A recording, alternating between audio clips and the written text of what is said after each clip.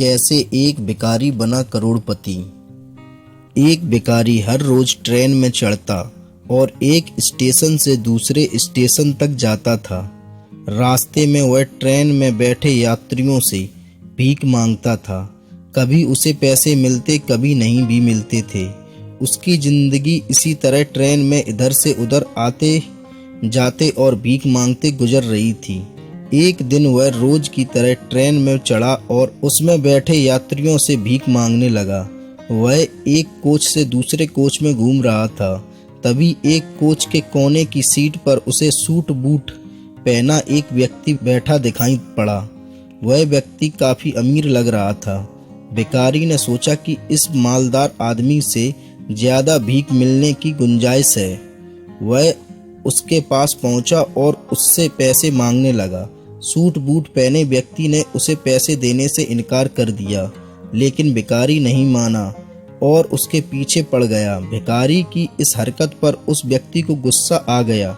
गुस्से में वह बोला, बड़े अजीब हो, मैं तुम्हें पैसे देने से मना कर रहा हूँ और तुम मेरे पीछे पड़ गए हो।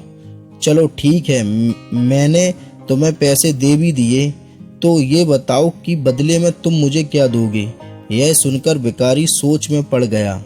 कुछ देर सोचने के बाद वह बोला, साहब, मैं आपको क्या दे सकता हूँ, मैं तो एक भिखारी हूँ। लोगों से मांग मांग कर अपना पेट भरता हूँ।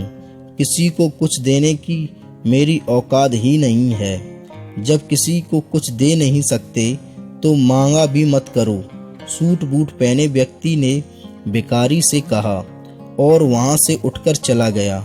उस दिन भिखारी जब ट्रेन से उतरा तो सोचने लगा कि मैं लोगों को क्या दे सकता हूँ। नजर इधर उधर दौड़ाने पर उसे फूलों से लदे कुछ पौधे दिखाई पड़े। उसने सोचा कि जब कोई मुझे भीख देगा तो बदले मैं उसे एक फूल दे दिया करूँगा। उस दिन के बाद से वह अपने साथ एक झोले में फूल रखने लगा। जब भी कोई उसे भीख देता, वह झोले में से निकालकर एक फूल उसे दे देता। भीख देने वाला यह देखकर खुश हो जाता।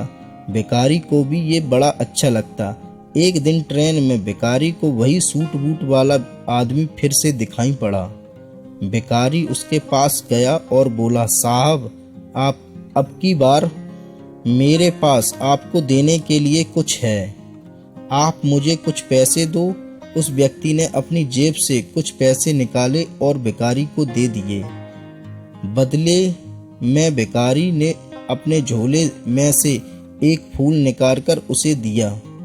वह व्यक्ति खुश हो गया और बोला, मुझे लगता है कि तुम व्यापार सीख गए हो। तुम्हें लेन देन का मतलब समझ आ गया है। जब तक किसी को कुछ दे नहीं सकते, लेना नहीं चाहिए, समझे। उस व्यक्ति का स्टेशन आ गया था। वह ट्रेन से उतरकर चला गया, लेकिन उसकी कही बात भिखारी के दिमाग में घर कर गई। जब वह ट्रेन से उतरा तो प्लेटफॉर्म पर खड़े होकर जोर जोर से चिल्लाने लगा, मैं भिखारी नहीं, व्यापारी हूँ। अब मैं भी सूट बूट पहनकर घूमूंगा। मेरे पास भी ढेर सारे पैसे होंगे। लोगों ने उसे ऐसा चिल्लाते हुए देखा तो सोचा कि ये भिखारी पागल हो गया है। उस दिन के बाद से 6 महीने तक वह भिखारी न स्टेशन पर और न ही ट्रेन में नजर आया। 6 महीने बाद एक दिन ट्रेन में 2 सूट बूट पहने व्यक्ति मिले।